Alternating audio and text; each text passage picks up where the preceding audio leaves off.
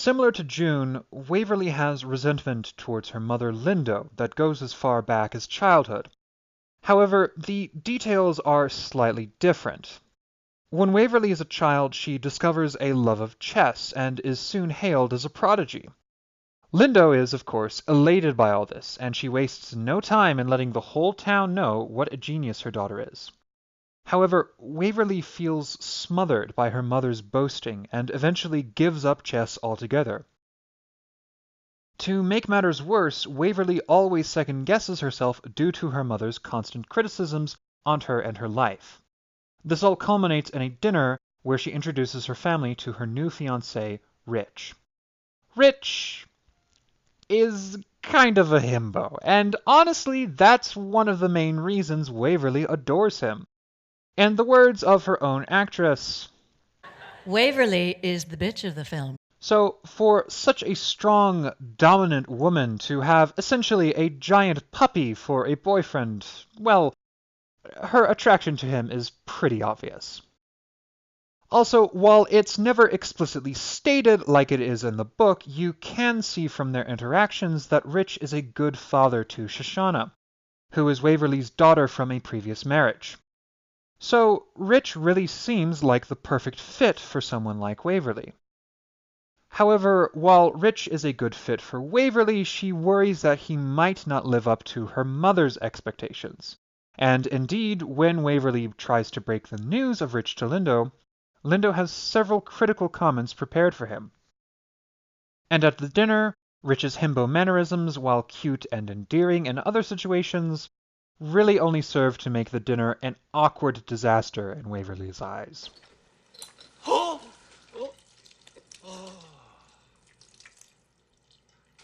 What Waverly doesn't know, or at least what she doesn't fully understand, is where Lindo comes from when she criticizes. When Lindo was only 4 years old, her mother arranged for her to be married to a rich family's son. From that day onward, Lindo was treated as though she was no longer a part of her mother's family, because technically she wasn't.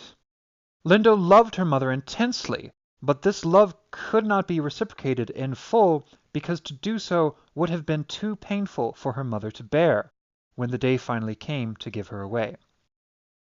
To Lindo, criticism and commentary are how she expresses love. By criticizing, she is demonstrating that the object of her criticism is worthy of her time and attention, and of improving itself. What Waverly interpreted as smothering boastfulness when she was a child was Lindo's attempt to avoid the mistake her own mother made when raising her. And when Waverly rejected her mother's showmanship, Lindo saw it as Waverly being ashamed of her mother. This hurt Lindo. Even though she is a parent, Lindo is still a person, and, as people, how we were loved as children influences how we express and interpret love as adults. Lindo's mother gave her away. Even though she loved Lindo, she only ever showed that love in occasional moments, because she knew that someday she would have to say goodbye forever, and she could not bear to give too much love to someone she would never see again. To Lindo, meanwhile, those tiny moments of love are the most precious memories she has, and in contrast to her own mother, Lindo chooses to smother her own daughter with emotion, to ensure she does not go through what she went through herself. It is very telling that, when she decides to punish Waverly, the worst punishment Lindo can come up with is to ignore her. Did you hear what I said?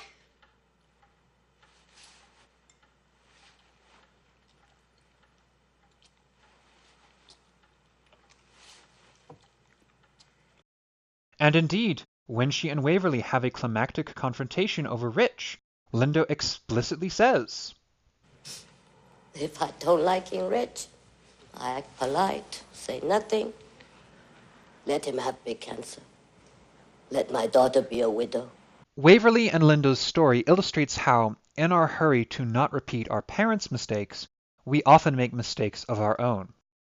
Lindo and Waverly have a chance to reconcile, to bring the miscommunications and misunderstandings out in the open and fix them before it is too late.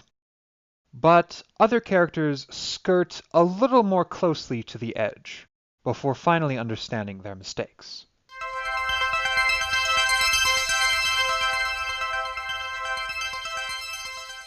As mentioned previously, several story details of the Joy Luck Club were streamlined to fit into a 2.5-hour movie.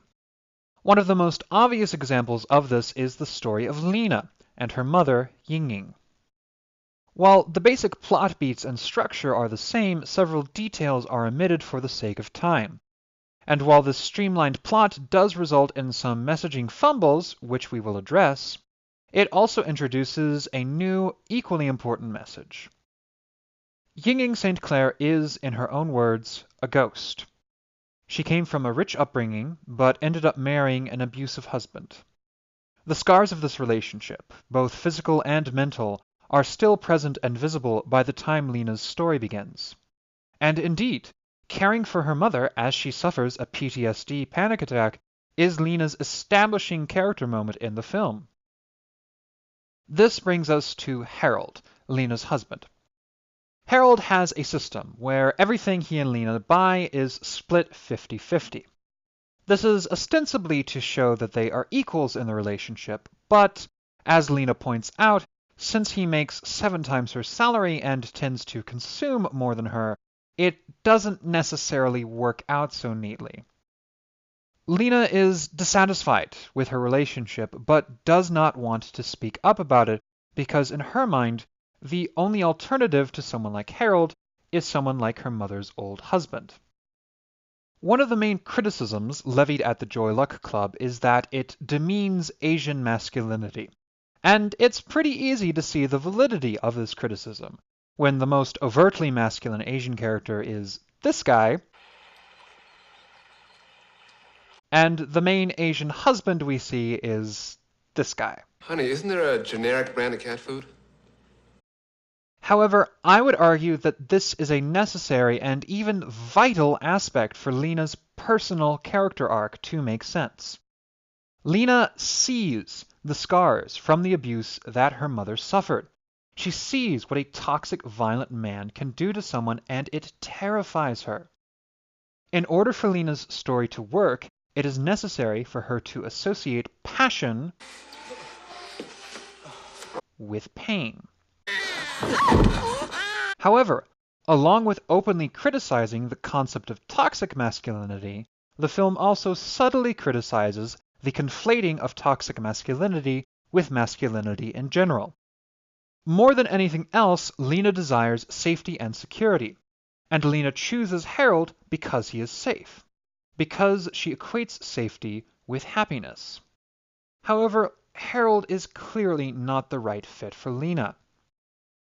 The thing is, Harold isn't even a bad guy. He's just not the person that Lina needs. It's true, he can seem somewhat ignorant or uncaring, but he is upfront with his expectations and desires for their relationship from day one. And when Lina expresses doubt about the arrangement, he very calmly tells her, Well, I know what our marriage is based upon. And if you don't, then you better think about it before you start to change things. If Harold is not what Lina needs, then she needs to find someone else. Which may sound harsh, but just a few seconds later, that's exactly what Ying tells Lina. Do you know what you want?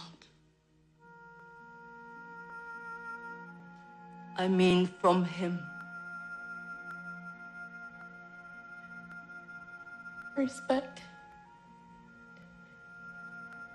Tenderness. Then tell him now. And leave this lopsided house.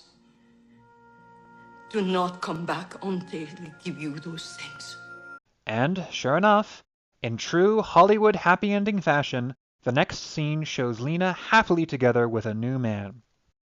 While we only see him for a brief moment, from the conversation and his manner, we can tell that he has many traditionally masculine qualities, such as athleticism, assertiveness, and confidence.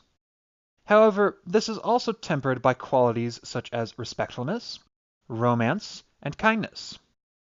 In short, he represents an ideal of Asian masculinity that is non-toxic, and very attractive, if I may be so bold as to say. Now, in the book, this message is not present. However, another, equally important message is.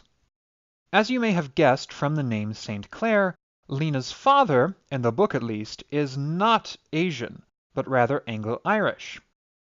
Ying-Ying's first husband is also a philanderous cad, but his abuse is limited to his philandering, unlike in the film, where he is far more violent towards Ying-Ying. Mr. St. Clair, meanwhile, is also not violently abusive. However, he is clearly negligent towards his wife and daughter, often putting words into Ying-Ying's mouth or speaking over her, due to her poor grasp of English. This aspect of the book illustrates an important theme that is sadly lost in translation with the film. Amy Tan is smart enough to realize that because issues like sexism or racism are systematic, the question is not really which society is more or less sexist or racist or what have you, but rather what systems do these societies put in place to sustain and justify sexism or racism or what have you. Both of Ying-Ying's husbands could be said to be cruel, but the question of who is more or less cruel really isn't the issue. The issue is simply how each of them is cruel in a different way. This environment contributes to Lena's character arc in the book being more about her sense of self-worth, as opposed to the idea of passion versus pain. Book Lena latches onto Harold not because he is safe, but rather because he is the first person to show her any real affection. Like in the movie, though, he clearly isn't the right person for Lena. And once Lena realizes that not being unhappy isn't the same thing as being happy, she comes to a similar realization that their relationship has to either change or end. So, as you can see, while the film streamlines Lena and Ying-Ying's arcs, they don't necessarily change all that much. What changes there are in the film are more changes of omission, as opposed to structural changes to the narrative. However, one subplot in the film that is significantly different from its book counterpart is